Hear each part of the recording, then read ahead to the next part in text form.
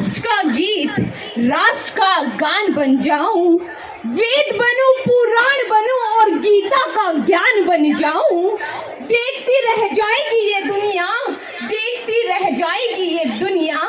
मैं पूरे विश्व में अपने खून से, मैं पूरे विश्व में अपने खून से हिंदुस्तान लिख जाऊं, हिंदुस्तान लिख जाऊं।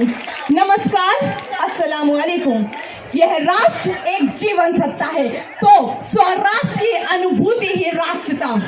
एक आत्म अभिव्यक्ति यदि राष्ट्र भक्ति है तो वैचारिक अभिव्यक्ति है राष्ट्रवाद। राष्ट्रवाद एक भावना है जिसे प्रेम निकालकर और तिरंगा लहराकर, देश के प्रति प्रेम जगाकर और एक दूसरे की मदद करके हम दिखा सकते हैं। और देश प्रेम रोटी है, कपड़ा है, मकान है तो किसी नन्हे से परिंदे का बड़ा सा आसमान है। यह देश प्रेम कहीं माता पिता का समर्पण है तो कहीं वक्ता के विचारों से होता परिवर्तन है। यह देश प्रेम कहीं अगर शिक्षा और ज्ञान के बीच समझा जाने वाला अंतर है तो कहीं आसमां की बुलंदियों को छूकर पहुंचता विक्रम है। यदि मैं महिला सशक्तिकरण की बात करूं तो यत्र नार्यस्तु पूजन्ते रमन्ते तत्र देवता जैसी विचारधाराएं आज केवल विचारधारा ही बनकर नहीं रह गई है, अपितु आज महिलाएं हर क्षेत्र में आगे बढ़ती हुई दिखाई देती हैं और स्वयं ही महिला सशक्तिकरण को प्रोत्साहित करती हुई नजर आती हैं। आज पर्यावरण में केवल स्वच्छता की बातें ही नहीं होती बल्कि हर गली, हर घर में पौधे लगाए जाते हैं। आज इसरो केवल सोच पर ही नहीं अपितु नासा को पीछे छोड़कर चांद, मंगल और अन्य ग्रह पर पहुंच चुका है। वहीं दूसरी तरफ मुझे इस बात का अफसोस होता है कि आज की युवा पीढ़ी जो इस देश का भविष्य है वो इस गौरवशाली भारत माँ का गुणगान करने के बजाय आलोचित शब्द या नेगेटिव मुद्दे उठाती हैं, जबकि हम ये भूल जाते हैं कि यह भारत माँ हमारी सर्वभूमि, हमारी माँ है। मैं बात कर रही हूँ उस गौरवशाली भारत की जिसकी अवधारणा वासुदेव कुटुंबकम और अतिथि देवो भव की रही है। मैं बात कर रही हूँ उस गौरवशाली भारत की जब पूरे विश्व में विश्वविद्यालय शिक्षा का अलग तक नहीं था, तब हमने तक्षशिला और नालंदा देकर पूरे विश्व को शिक्षा के क्षेत्र में आगे बढ़ाया। मैं बात कर रही हूँ उस गौरवशाली भारत की जिन्होंने चरक देकर पूरे विश्व को आयुर्वेद के क्षेत्र में आगे बढ़ाया। यदि कोई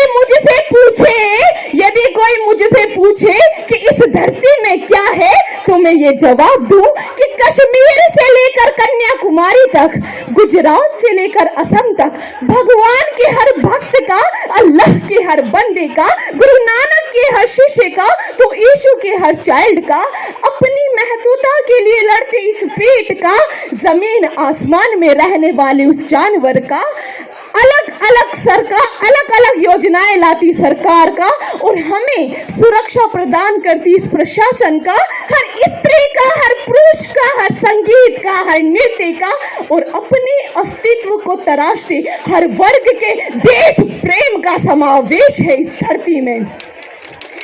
हमें गर्व होना चाहिए कि जहां अल्लामा इकबाल लिखा करते हैं कि सारे जहां से अच्छा हिंदोसिता हमारा, हम बुलबुले हैं इसके, ये गुलसिता हमारा।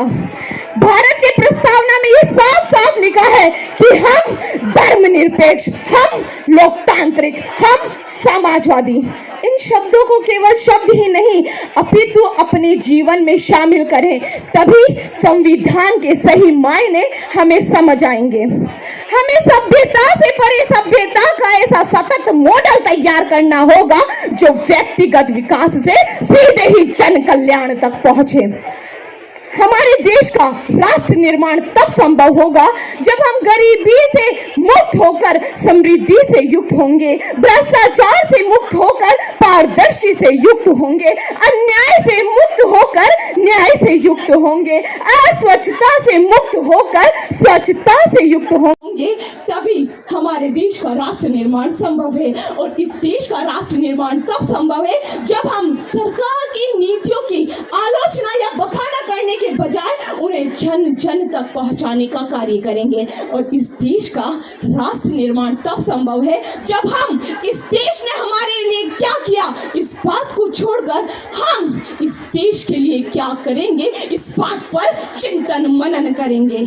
और इस देश का राष्ट्र निर्माण तब संभव होगा जब हम निराशाओं से मुक्त होकर आशाओं से युक्त होंगे और आपसी साथ और विश्वास जीतकर एक साथ योगदान देंगे, तभी हमारे देश का राष्ट्र निर्माण संभव होगा। और अब मैं अपनी वाणी को विराम इन 4 पंक्तियों के साथ देना चाहूंगी कि मातृभूमि से ही सबकी पहचान होती है, राष्ट्र के वीर सपूतों से ही राष्ट्र की शान होती है, उसको ही नसीब होता है कफन ए तिरंगा, उसको ही नसीब होता है कफन ए तिरंगा, जिसकी सांसें इस देश के लिए कुर्बान होती है, जिसकी सांसें इस देश के लिए कुर्बान होती है। जय हिंद, जय भारत।